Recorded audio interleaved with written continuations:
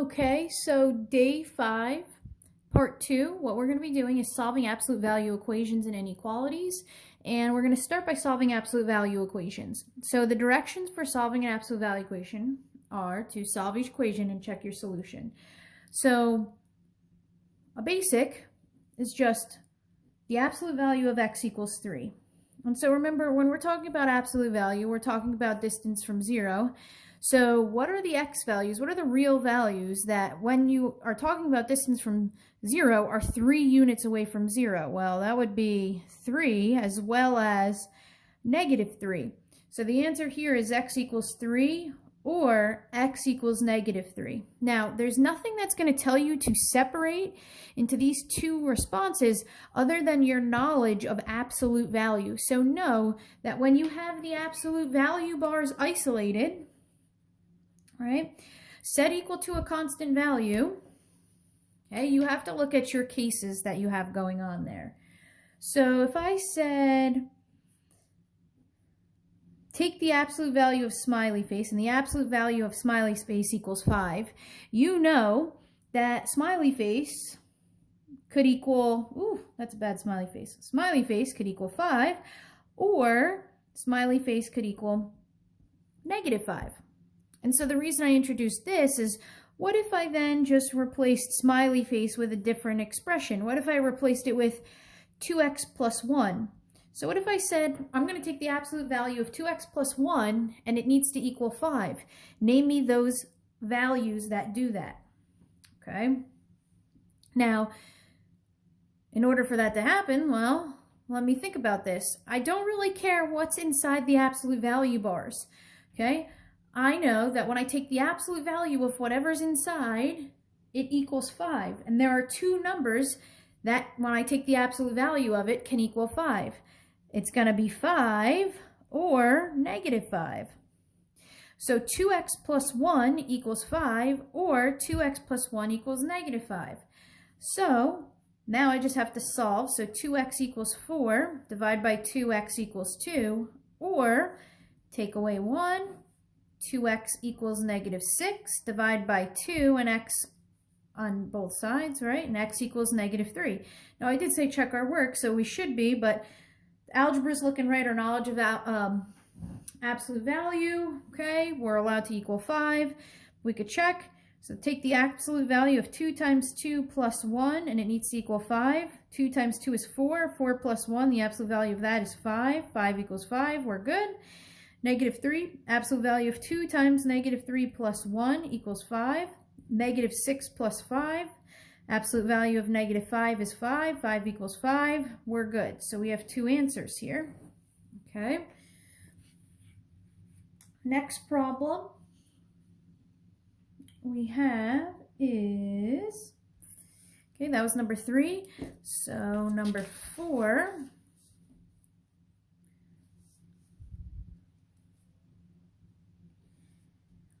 Is 2 times the absolute value of 2x minus 3 minus 1 equals 7. Now be very careful.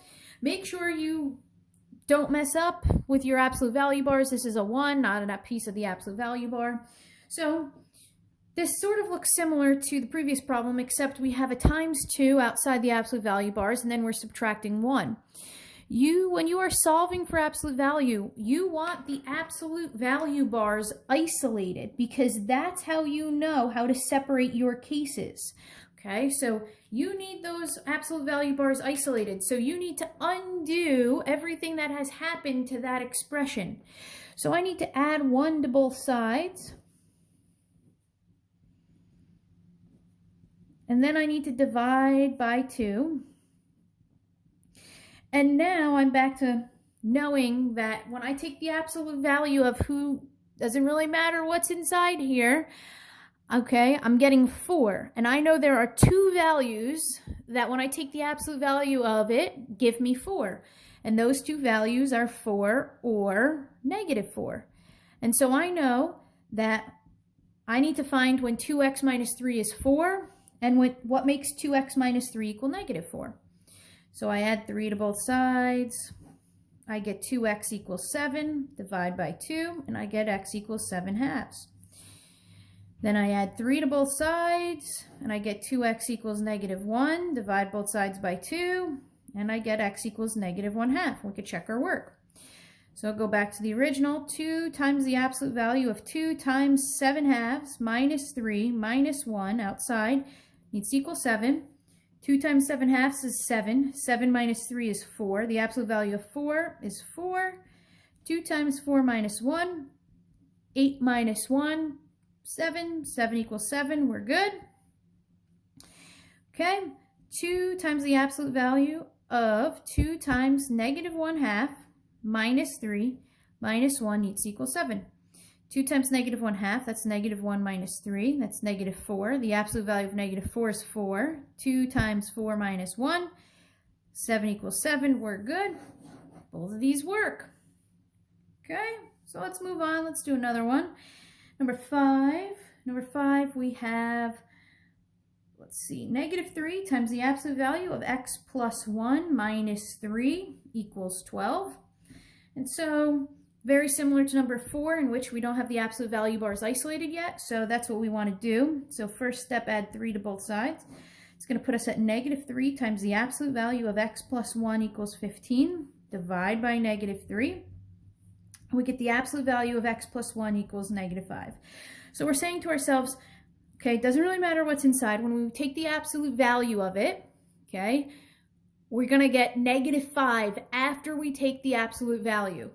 Can you think of any real number that when you take the absolute value, you ever end up being a negative number? No, that breaks the definition of what it means to be absolute value, to take the absolute value. So this is actually no solution. You can't actually do anything because if you were to continue, you would be breaking the law of absolute value. But let's say you accidentally went and did this, okay? Let's say you accidentally went and did x plus 1 equals -5 or x plus 1 equals 5. I can see how if you were just doing a bunch of problems, you might jump to this, okay? So if we continue to solve, we would get x equals -6 and we would get x equals 4. So this is why I say check your work, because if you plug in -6, okay, you get -3 times the absolute value of -6 plus 1 minus 3 equals 12. -6 plus 1, that's the absolute value of -5. What is the absolute value of -5? 5. It can never be this -5. So -3 times 5 minus 3, that's -15 minus 3, that's -18 equals 12. That is not a true statement. So this can never become -5. So this does not work. The same thing would happen with this. This does not work.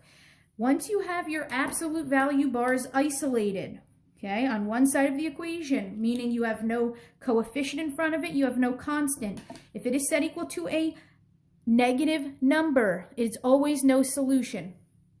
If it's set equal to 0, you still need to solve for when it equals 0. But if it is set equal to a negative, when you have your equation where the absolute value bars are isolated, it's always going to be no solution when you have just a constant negative number here. Constant means no variable. Okay, so now we're going to change it up. We're going to do a little bit different type of problem for number 6. In number 6,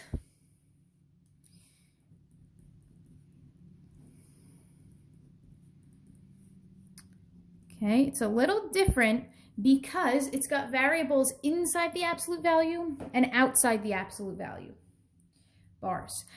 So what you want to make sure happens when this is occurring is that you want the roaming x's outside of the absolute value bars on one side of the equation. You don't want them on both. So the first thing I'm going to do is I'm going to add x to both sides.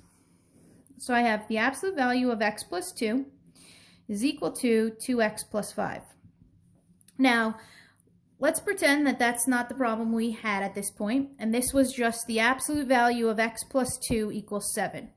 What you would tell me is, okay, I need to know the expression that makes x plus 2 7 or the opposite value of 7. And the opposite value of 7 is just what's, in terms of mathematics, opposite. When you say the opposite, you're talking about negating, okay, changing the sign, okay?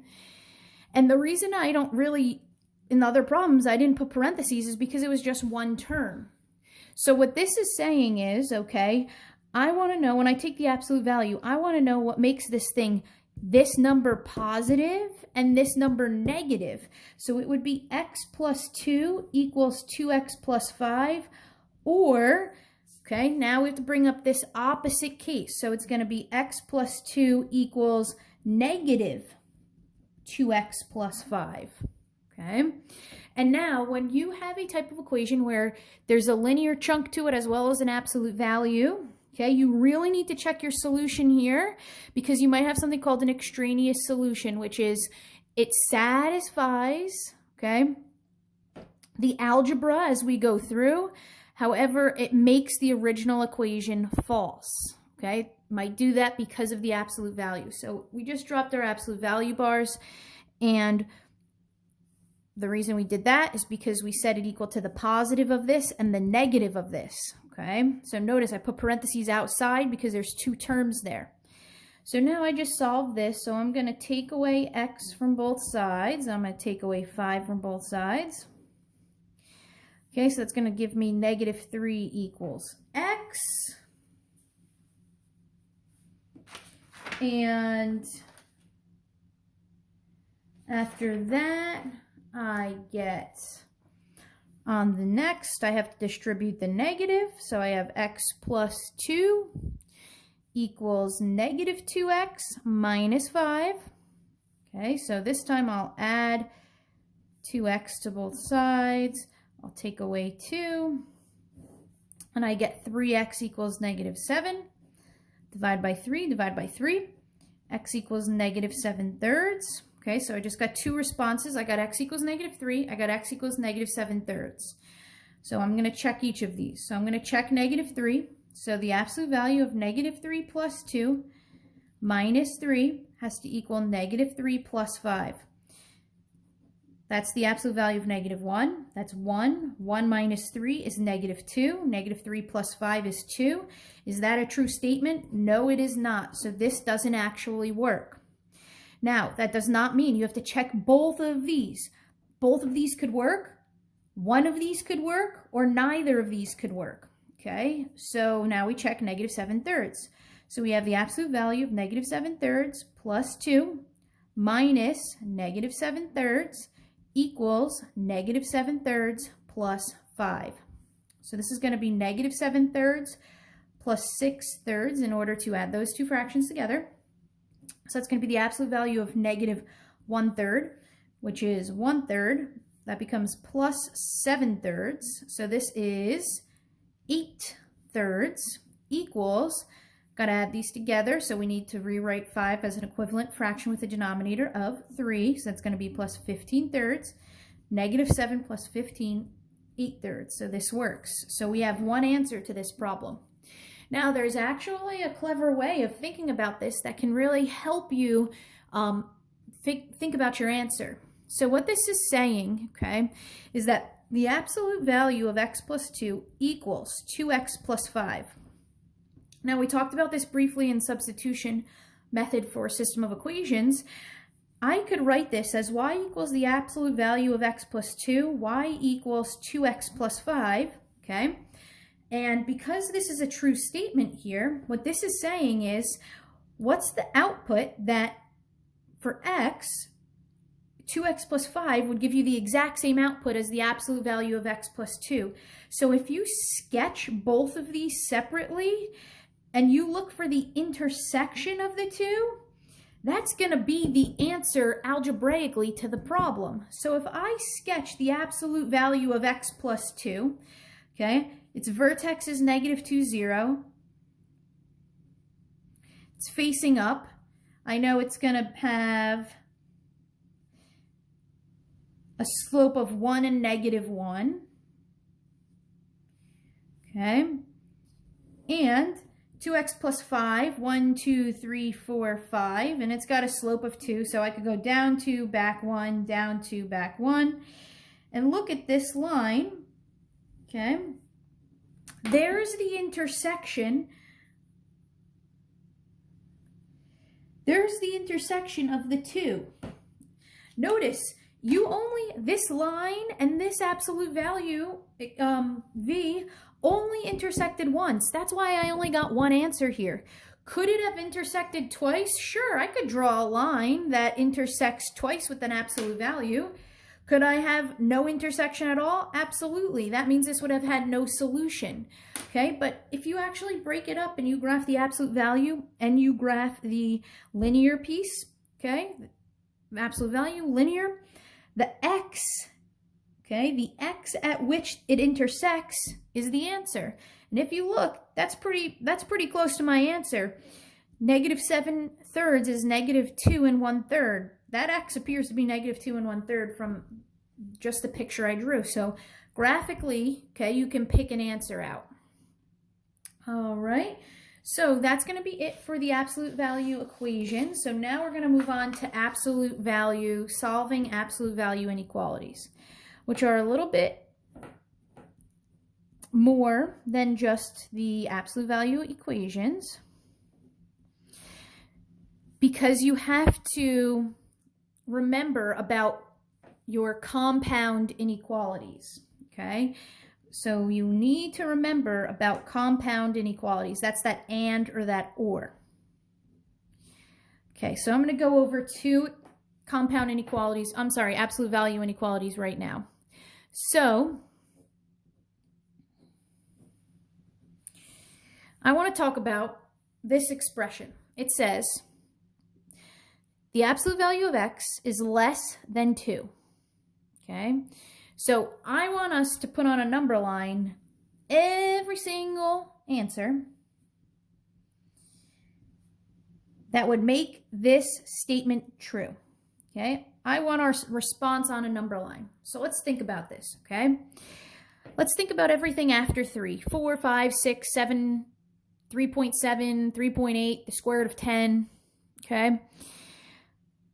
If I take anything that's bigger than 3 and I take the absolute value of it, will it be less than 2?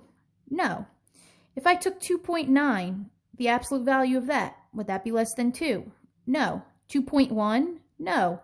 2? Well, 2 would equal 2. 1.9 is, if I take the absolute value of that, is that less than 2? Yes. Is 1.999 the absolute value of that less than 2? Yes. Can I get infinitely close to 2 from the left side but not be 2? Yes. Now, anything between 1 and 2, does that work? Yes. 1? Yep. 0 to 1? Yep. Negative 0.5, when I take the absolute value of that, is that less than 2? Yes. Negative 1? Yep. Negative 1.9. If I take the absolute value of negative 1.9, it's 1.9. Is that less than 2? Yes. Negative 1.99999. Is that less than 2? Yes. So all the way up to, but I can't be 2. All of this is a solution. Now outside, negative 2.1 is right about here. If I take the absolute value of to the left of negative 2, that's negative 2.1. If I take the absolute value of that, that's 2.1. Is 2.1 less than 2? No. Is anything out here, when I take the absolute value of it, less than 2? No. This right here is that compound inequality. It's between. It has to be between 2 and negative 2. It has to be less than 2, and it's got to be x has to be greater than negative 2. This is an and statement. Okay? When you have absolute value bars isolated and you have less than or equal to, this ends up being an and statement. Okay? And you're sandwiched between, because anything less than negative 2, when you take the absolute value of it, would be greater than 2. Now, let's look at the absolute value of x is greater than 2.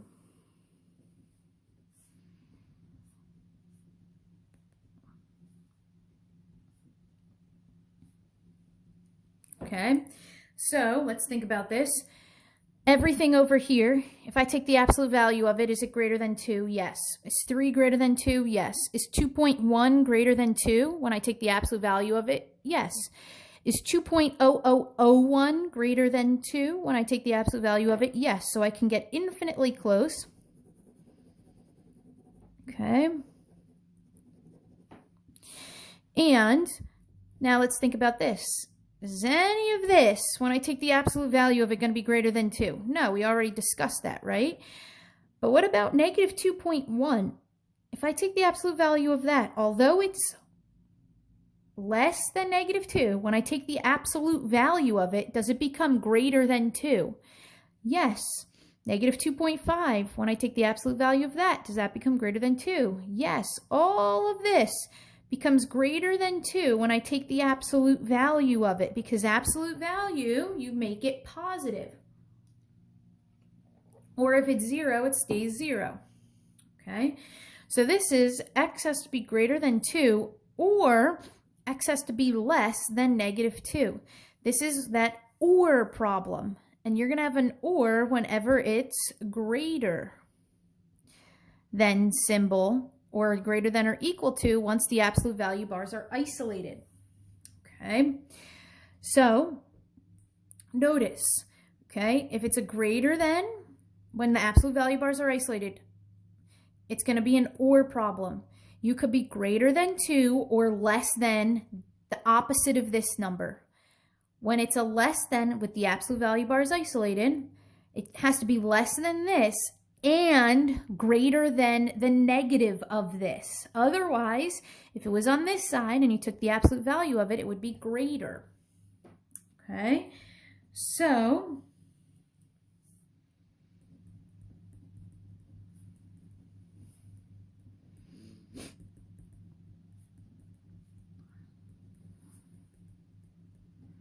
when we sketch the solution here, what we'll do is we'll make we're going to use 3 number lines here. I think it'll help. Okay, so number 1, we will do the absolute value of x plus 1 is less than or equal to 3. So we have to identify, okay, is the absolute value bars isolated? Yes. Are they isolated? Yes. So this is saying I'm going to take the absolute value of something, and my solution should be everything that makes it less than or equal to 3. So absolute value bars are isolated, so this is a less than problem. So this is an and problem. So this is going to be when x plus 1 is less than or equal to 3, and when x plus 1 is greater than or equal to negative 3. Okay, it's got to be stuck in between negative 3 and 3 if it's a less than. So we solve each of them.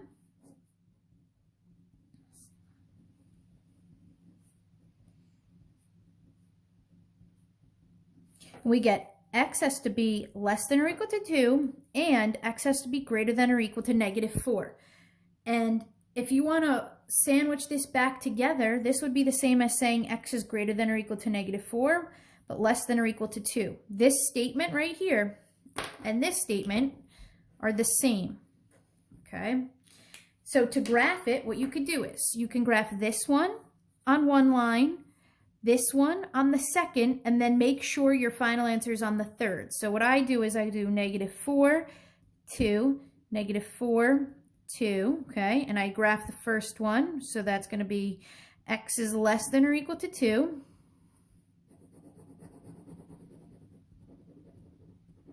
Second one is x is greater than or equal to negative 4. And now I put my final answer on the third. Now, if it's an and, that means it has to satisfy both to be true. So if you notice, anything to the left of negative 4 is not on this. So none of this area here is part of my final answer. Anywhere greater than 2 is on this, but not on this. It has to be on both for an and. So you find what they have in common. They both go from negative 4 to 2. So your answer is from negative 4 until 2. So your final answer is x has to be less than or equal to 2, but greater than or equal to negative 4. And that's what you would give. You don't have to draw these dashed lines or these x's every time. Okay? So let's practice another one of these. Number 2. We can do, let's see. Okay, -2 times the absolute value of x minus 2 is less than -10. Now don't jump to any conclusions here until your absolute value bars are isolated. There's a negative here, but don't go too fast, because the first thing we have to do is get our absolute value bars isolated. And now it's a +5 there. It says the absolute value of x minus 2 is greater than 5. So you should name every single x that when you take the absolute value of x minus 2 becomes or is greater than 5. So since this is a greater than, this is an or problem. So x minus 2 can be greater than 5, or x minus 2 can be less than -5. And those are the two cases that if I took the absolute value, I would be greater than 5, if I'm greater than 5 or less than -5. So we solve each of them, and we get x is greater than 7, or x is less than -3. So we make our 3 number lines.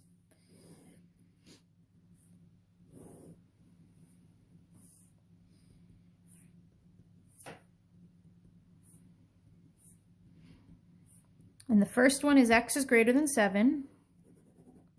And the second one is x is less than -3. Now this is an or problem, so I don't have to be on both of them in order to be my final answer. As long as I am on one of them, that is part of my answer. So I have to include all of this. So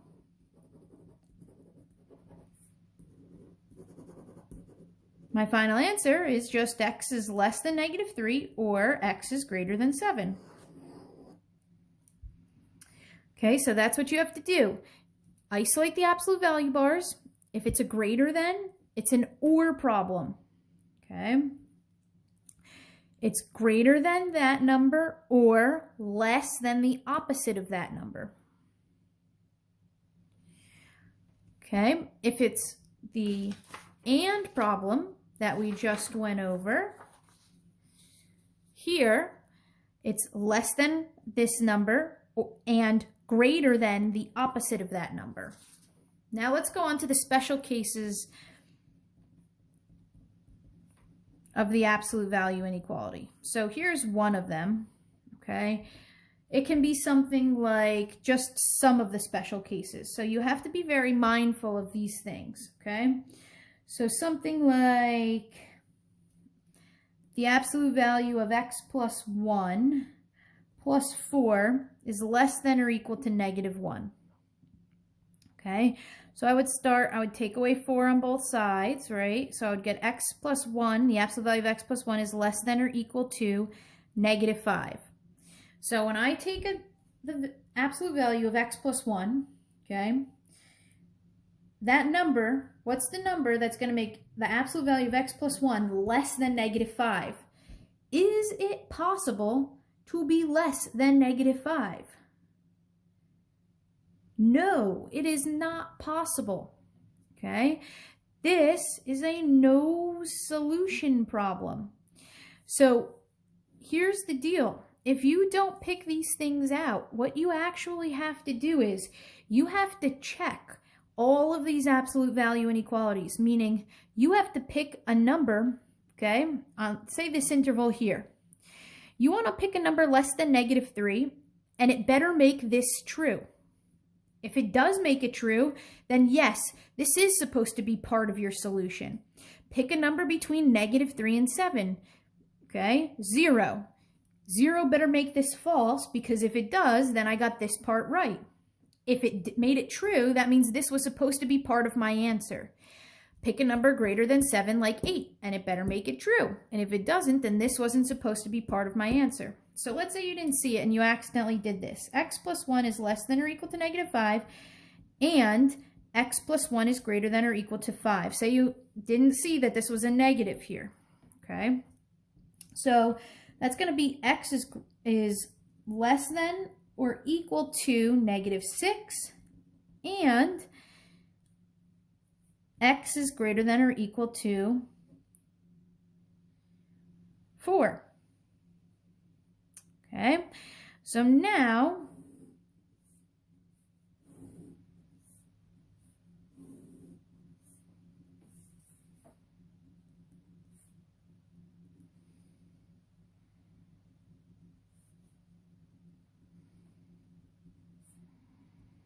oh, in this problem it's not going to do something, but we'll see. Okay, x is less than or negative 6.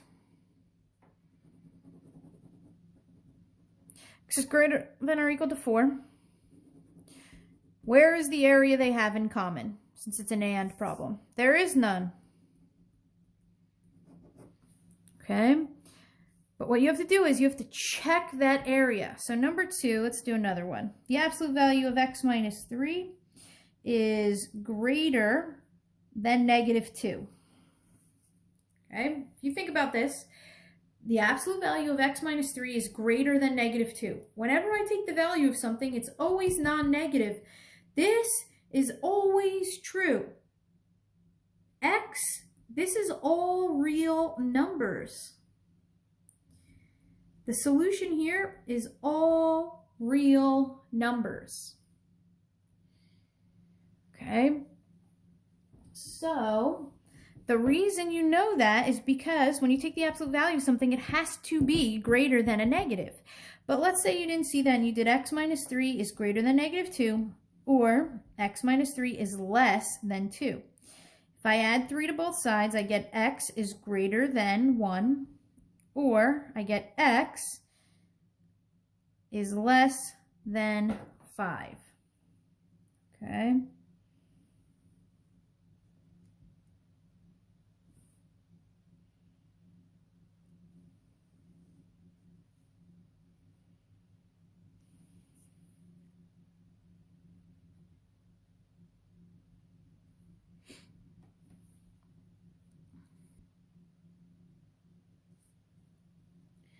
So if we do each of these, notice, okay, x is greater than 1, x is less than 5, or, okay, or means as long as it's on one of them. So this time, all real numbers, okay? But you should always check, make sure, plug something in here, and here, check. Now, you don't have to show this work, okay, if you pick up on this. When it's less than or equal to a negative number, no solution. Greater than or equal to a negative number, all real solutions.